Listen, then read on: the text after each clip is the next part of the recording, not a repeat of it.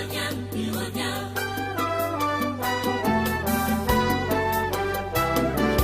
Il revient, il revient, il revient.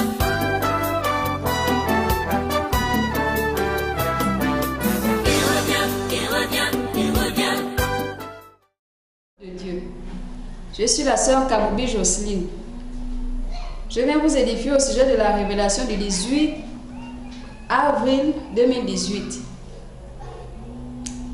Nous étions donc au culte ce jour-là et j'ai vu un ange devant le pupitre. Il étendait ses mains devant le pasteur Boris et lorsqu'il étendait ses mains, il y avait une lumière fluorescente qui était entre ses mains et ça formait une forme de cercle. Et de ce cercle-là, il y avait un triangle et une colombe blanche très belle et très pure émanait de cette lumière-là. Et la lumière montait vers le pupitre comme des étincelles. Ensuite, cette lumière s'est propagée dans toute la salle de prière. J'ai ensuite vu un être très sombre qui se téléportait très rapidement, de telle sorte que je n'arrivais pas à déceler exactement de quoi il s'agissait. C'est alors que la puissance du Saint-Esprit qui était contenue dans la forme de colombe, qui circulait dans toute la salle, a bloqué net cet être-là. Donc, c'est de là que j'ai vu qu'il s'agissait d'une sirène de 2 mètres. Elle était géante de 2 mètres et elle avait une queue de poisson sur laquelle elle se tenait debout. Et autour de son cou, elle avait un gros serpent tout noir. Et elle nous attaquait. Après cela, j'ai vu aussi que elle avait des petits serpents sur sa tête. Au lieu d'avoir des cheveux sur sa tête, c'était des petits serpents. Ils étaient vraiment beaucoup. De longs petits serpents, ils étaient longs. C'est alors que le Seigneur est arrivé. Lorsque le Seigneur Jésus est arrivé, à l'instant où le Seigneur Jésus est arrivé, lorsque la puissance de cet esprit a bloqué net cette sirène-là, ça l'a fondu comme si on brûlait du papier. La cendre qui reste là, ensuite, ça s'est évaporé, c'était comme ça. Et c'est alors quand le Seigneur Jésus est arrivé, il a fait sa main comme ça et la colombe est venue se poser, que la colombe s'est posée sur sa main, elle a fondu littéralement en lui. En fait, elle a disparu en lui comme ça. Et j'ai regardé le Seigneur, il portait une robe très blanche et vraiment très pure, d'une blancheur pure. Ensuite, le Seigneur a fait appel à quelques-uns de ses anges. Ils sont arrivés. Je lui ai vu donner des ordres à ses anges, aux anges qui venaient d'appeler. Ensuite, j'ai vu ces anges-là se rapprocher de chaque membre de l'église avec des stylos et des feuilles. Et ils notaient tout ce que chaque personne demandait. Et le Seigneur était assis sur son trône, du côté de là où les pasteurs se mettent debout pour prêcher. Il était assis sur son trône. Donc, lorsque les anges finissaient de noter tout ce que les membres disaient, ils se rapprochaient de lui et lui remettaient ces bouts de papier sur lesquels ils avaient noté ces choses, les requêtes des personnes. Et le Seigneur prenait ces papiers-là, il les parcourait. Je regardais parmi les requêtes, le Seigneur regardait parmi les requêtes ce qui était en accord avec sa volonté parfaite et aussi avec son plan parfait. Et il les remettait à d'autres anges qui montaient au ciel, les déposer au premier plan sur son bureau. Ensuite, je l'ai vu enlever certains sujets qu'il trouvait inutiles. Il les enlevait. Je l'ai ensuite vu convertir d'autres sujets qu'il trouvait mal formulés. Donc, il convertissait ces sujets-là avant de les remettre à certains de ses anges qui les amenaient aussi au ciel pour aller les déposer ensuite et aussi dans son bureau. Ensuite, je l'ai vu étendre sa main droite sur le peuple et son sang coulait. Ça donnait donc l'accomplissement des sujets qu'il jugeait très urgents et très importants.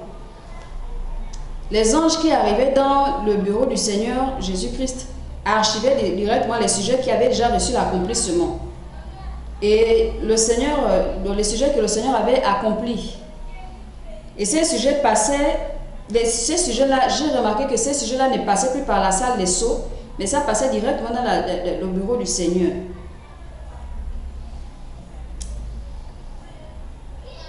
Les anges, j'ai aussi remarqué que les anges qui ont accès au bureau du Seigneur sont différents, ils sont très élégamment vêtus. Ils ont des tuniques blanches pures, mais avec des bandes qui ont des lignes en or. Des lignes en or sur leur tunique. C'est comme des traits de médailles sur leur poitrine. Et leurs vêtements, bon, c'est un peu trop compliqué à décrire, mais c'est le mieux que je puisse faire. Et il y a un mélange d'or pur et de blanc qui forment leurs vêtements. Ensuite, un ange de la parole m'a emmené quelque part dans un lieu désert. Et dans ce lieu-là, il y avait comme une grotte, c'était comme une vallée au milieu des montagnes. Il y avait des montagnes tout autour et ça formait comme une cuvette. Et cet ange m'a dit, regarde, j'ai vu un démon qui avait une forme animale et qui se tenait debout comme un homme. Il était noir de partout. Il avait les yeux rouges et aussi la langue rouge. Il avait deux grosses cornes qui étaient courtes. J'ai vu donc ce démon-là était en train de sceller les demandes que les hommes et les demandes que des hommes et certains démons aussi font avec d'autres hommes par l'occultisme. Donc ce démon-là est en train de sceller leurs demandes de telle sorte que ceux qui font ces demandes-là et toute leur descendance parmi les humains ne sortent plus jamais de l'occultisme, qu'ils demeurent dans l'occultisme comme ça, de telle sorte qu'ils arrivent à leur mort en enfer. Puisque par là, ils ouvraient non pas seulement une seule porte, mais plusieurs portes à plusieurs démons qui travaillent dans le domaine de l'occultisme aussi. Et ce démon-là, il semblait vraiment très fort. C'est alors que j'ai dit à l'ange que je croyais que c'était Satan. L'ange m'a dit non, ce n'est pas Satan. Mais lorsque tous les rebelles ont été chassés du ciel, il y avait des anges plus puissants même que Satan, plus forts même que lui. C'est juste que Satan est le plus rusé de tous. C'est pourquoi il est leur chef. Et ce démon fait partie de la troisième catégorie d'entre ceux qui sont enchaînés au séjour des morts. Si le Seigneur a laissé dehors cette catégorie, c'est parce qu'il sait que vous pouvez les vaincre. Regarde ce qui se passe quand vous priez. Et j'ai à nouveau regardé ce démon-là. J'ai regardé, l'ange a fait un geste de la main et les éléments par lesquels le démon avait scellé ces demandes-là se brisaient. Donc ça se brisait. Les demandes se déchiraient. Les démons se détachaient. Et il y a une puissance chaleureuse qui a consumé les effets avec lesquels l'ange avait scellé ces demandes-là. Et ça anéantit donc toutes ces demandes. Et il y a aussi certaines demandes qui avaient été converties en requêtes de prière. J'ai donc vu ces requêtes de prière-là monter au ciel. Mais le reste était consumé par la chaleur.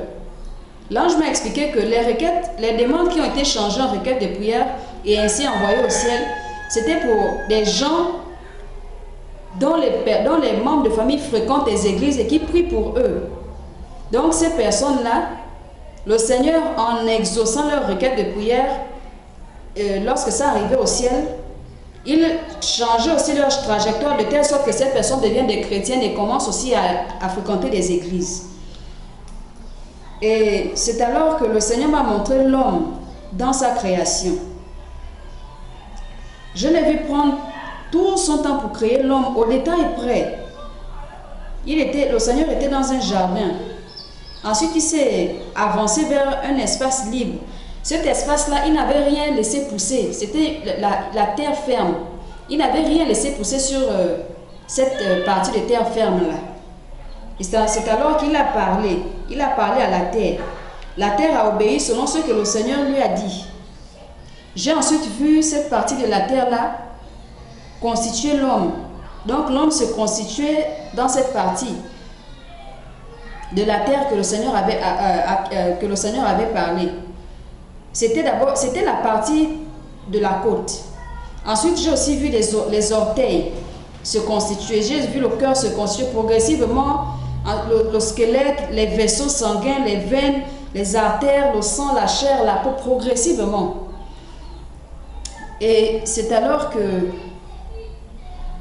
j'ai constaté que le Seigneur travaillait dans ces trois dimensions, c'est-à-dire Père, Fils et Saint-Esprit. Mais les trois dimensions étaient dans le Père. Les trois donc travaillaient ensemble dans une parfaite harmonie et en parfait accord. Ils partageaient les mêmes idées. Et quand j'ai regardé l'homme qui venait d'être créé, il était tout nu, il était inanimé et couché sur le dos au sol, là où il venait d'être créé, dans la partie de cette terre-là. J'ai ensuite vu Dieu dans l'aspect du Père. Il a pris une partie de son être. Cette partie de son être qu'il a prise était transparente. C'était transparent. Il a pris cette partie-là et il l'a mise dans l'homme. Ensuite, il a soufflé dans les narines de l'homme. Et j'ai vu l'homme commencer à respirer. Après, il a ouvert les yeux. Le premier visage que l'homme a vu, c'était le visage du Père. Le Père céleste, donc Dieu le Père. Et c'est alors que le Père lui a souri et il l'a saisi par la main droite pour l'aider à se mettre assis. L'homme était heureux. J'ai vu l'homme se mettre debout et commencer à jouer tout nu dans le jardin. Et Dieu le Père le regardait jouer. Il se promenait seul dans le jardin. Il lui était vraiment... Il lui tenait et il enseignait toujours au sujet de sa parole. L'homme était heureux. J'ai remarqué que l'homme était heureux de découvrir tant de choses et de découvrir un Père aussi aimant, d'avoir une demeure aussi parfaite que ce jardin. Et l'homme aimait beaucoup mettre en pratique ce que le Père lui disait. Il avait vraiment l'amour d'être identique en tout point de vue avec le Père. Et à chaque fois que Dieu le Père, Dieu rendait visite à l'homme, il était heureux de l'accueillir. L'homme était vraiment heureux de l'accueillir. Et l'homme était heureux de le voir. Il était constamment heureux de voir le Père. Rien ne le rendait malheureux. Et il y avait une connexion parfaite entre Adam et Dieu, de telle sorte que l'on pouvait ressentir la joie. L'un et l'autre pouvaient ressentir la joie de l'autre.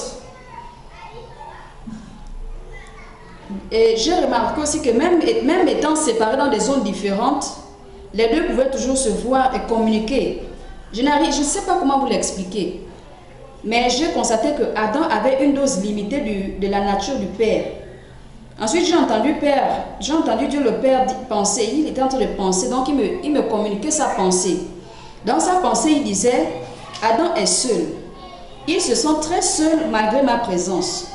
Je vais lui faire une aide semblable à lui. Pour qu'il arrive à vaincre cette solitude qu'il a déjà réveillée, je lui ferai une aide.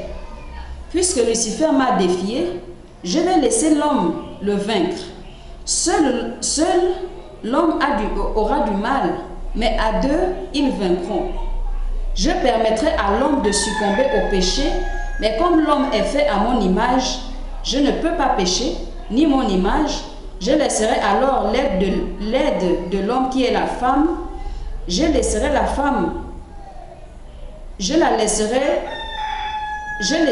le péché entrer par la femme. La femme pourra procréer pour générer une génération qui vaincra le péché. Je me révélerai toujours à l'homme, de sorte à le rétablir maître de la terre que je lui ai donnée. Je lui donnerai le choix pour qu'il ne se sente pas obligé de me revenir. Je l'aime tellement que je ne peux rien lui imposer. Il s'est tourné vers moi et il m'a dit, « Ma fille Jocelyne, c'est ainsi que je vous aime. Il n'y a pas de possibilité en langage terrestre pour décrire mon amour pour vous. Va dire au monde que c'est ainsi que je les ai formés. Votre adversaire, le diable, vous hait. C'est pourquoi il détruit en très peu de temps ce que j'ai mis du temps à créer. C'est pourquoi tu constates toutes ces tueries atroces qui se passent très rapidement. Va, je te libère, je vous aime. Dis à mon peuple de veiller dans la prière, afin que la mort ne les trouve pas en mauvais état et qu'ils ne soient pas victimes de cette tuerie. Votre adversaire fait cela pour me pousser à bout parce qu'il lui reste très peu de temps. Il sait que je peux venir à n'importe quel moment. Il est même plus près que vous, mes enfants. Je te conserve ma bonté. Va en paix. Paix et grâce.